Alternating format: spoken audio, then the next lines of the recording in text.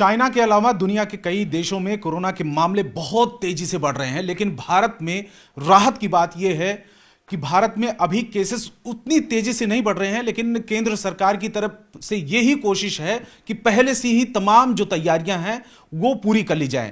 केंद्र सरकार की तरफ से नेजल वैक्सीन की मंजूरी दे दी गई है, लेकिन आखिर में नेजल वैक्सीन क्या है, क्योंकि अभी तक जो वैक्सीन मार्केट में मौजूद है वो हाथों में दी जाती है, मसल्स में दी जाती है और नीडल्स के जरिए दी जाती है। लेकिन नेजल वैक्सीन आखिर में क्या है, इसकी एफिकेसी क्या है, इससे क्या राहत मिलने वाली है लोगों को। हमारे साथ में आईएमए के मेंबर डॉक्टर अनिल गोयल हैं। सर, एक बार थोड़ा सा हम दिखाएं कि नेजल वैक्सीन किस तरीके से होगा, और दूसरी बात यह है कि अभी की जो वैक्सीन मार्केट में है मौजूद नीडल्स वाली, उससे कैसे अलग होगा।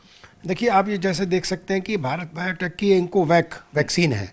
और ये इस तरह के एक पैक में होगी जिस तरह के हम नॉर्मल नेजल ड्रॉप्स की होते हैं। और इसमें किस तरह इसको डाला जाएगा, तो जैसे मैं एक डेमो के माध्यम से आपको दिखाऊंगा कि एक एक ड्रॉप ये हमने डाला, ये नॉर्मल नेजल ब्लॉकेट के लिए ड्रॉप है, ये अंदर चली गई तो इस तरह बाहर गया तो वेस्ट हो गया, एक अंदर गई बस। तो इस तरह से हम लोग इसको डालेंगे।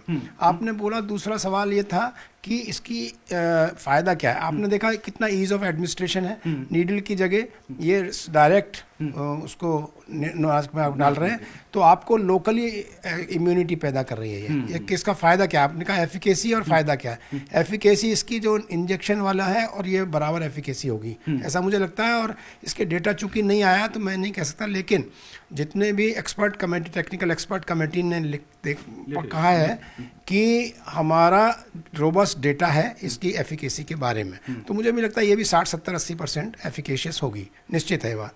दूसरा, चूंकि हम नीडल नहीं लगा रहे हैं और हमारे देश में 71.5 करोड़ लोगों को वैक्सीन नहीं लगी है जो बूस्टर या प्रिकॉशनरी डोज है, वो इसलिए कि हेजिटेंसी है उनमें, वो नीडल से डरते हैं। तो मुझे लगता है वो हेजिटेंसी खत्म होने के बाद ज़्यादा लोगों की डिमांड आएगी, ज़्यादा लोग ये बूस्टर डोज लेंगे, क्योंकि चाइना के हालात देखते हुए।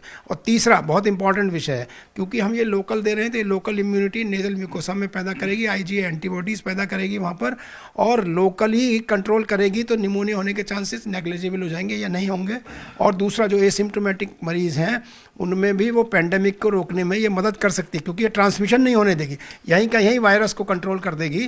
तो आप समझ सकते हैं कि फिर वो ट्रांसमिशन ही नहीं होगा। अच्छा, एक बड़ी अच्छी बात डॉक्टर साहब ने कही कि जो वैक्सीन को लेकर हेजिटेंसी है, लोगों को में हिचक है, और हिचक इसलिए है क्योंकि हाथ में इंजेक्शन के तौर पर वैक्सीन अभी दी जाती है, मार्केट में पहले से मौजूद है। लेकिन जो इस तरीके की जो ड्रॉप होगा, ऐसी कुछ तरीके से दिखेगी, इसका नाम हम आपको नहीं दिखाएंगे क्योंकि अभी मार्केट में जल्द ही वो वैक्सीन आएगी, इनकोवैक भारत बायोटेक की वो नेजल वैक्सीन। और इसी तरीके का ये एक आप समझ लीजिए कि डेमो के तौर पर आपको दिखा रहे हैं न्यूज़ 18 इंडिया के दर्शकों को। और डॉक्टर साहब ने बताया कि इसमें देने में इंजेक्शन देने में कुछ टाइम भी लगता है, पेन भी होता है जो भी यहाँ पर वैक्सीन लेने के लिए आता है। लेकिन इसमें नाक में 2 ड्रॉप दोनों तरफ दिया जाता है और उसमें कुछ ही सेकंड लगते हैं, किसी तरीके की कोई तकलीफ नहीं, कोई पेन नहीं है और कोई टाइम नहीं है। यानी कि हिचक लोगों में तमाम तरीके से जो हो रही है वो कम हो जाएगी। ये प्रिकॉशनरी डोज के तौर पर दिया जाएगा, प्रिकॉशनरी या बूस्टर डोज, जिनको 2 डोज ऑलरेडी लग चुकी हैं और उनके 6 से 9 महीने हो चुके हैं, उनको ये डोज दी जाएगी। बच्चों के लिए तो है नहीं है? नहीं, 18 साल के ऊपर के लिए जो नेजल ड्रॉप्स आया है, नेजल वैक्सीन, ये अभी जो अप्रूवल है वो 18 साल के ऊपर एडल्ट्स के लिए। अच्छा, खास बात यह है कि क्योंकि माना जाता है कि कोरोना का जो वायरस है वो नाक या मुंह के जरिए जाता है, तो अगर ये वैक्सीन दी जाती है तो इसमें ये इस बात को लेकर क्षमता होगी कि नाक के अंदर ही उसको खत्म कर। बिल्कुल, जैसे कि वायरस से नाक के थ्रू जा रहा है तो वहीं अगर इम्यूनिटी एंटीबॉडीज हैं तो वहीं वो वायरस को किल करेंगी।